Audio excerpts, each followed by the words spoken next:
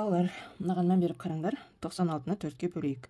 Ол үшін біз 96-ны 4-ке бөлінетіндей, яғни екі санның қосындысы ретінде аламыз. Мысалы, мына жерде 90 мен 6-ның қосындысы ретінде алсақ, 90 мен 6-ның қосындысы ретінде алып, оны 4-ке бөлетін болсақ, ол осындай жағдайда 90 4-ке бөлінбейді. Мына 6 да 4-ке бөлінбейді. Сондықтан біз мына жердегі екі қосындыны, яғни мына 4-ке бөлінетіндей қылып алуымыз керек. Ол үшін міне, мына жерде 80, 80-ді алсақ 4-ке бөлінеді.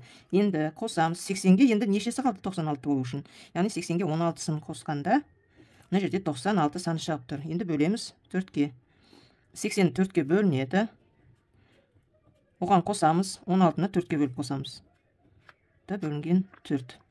80-ді 4-ке бөлеміз. Бұндай жағдайда мына жерде 0 есепке алмаймыз. 8-ді 4-ке бөлеміз. 2 болады.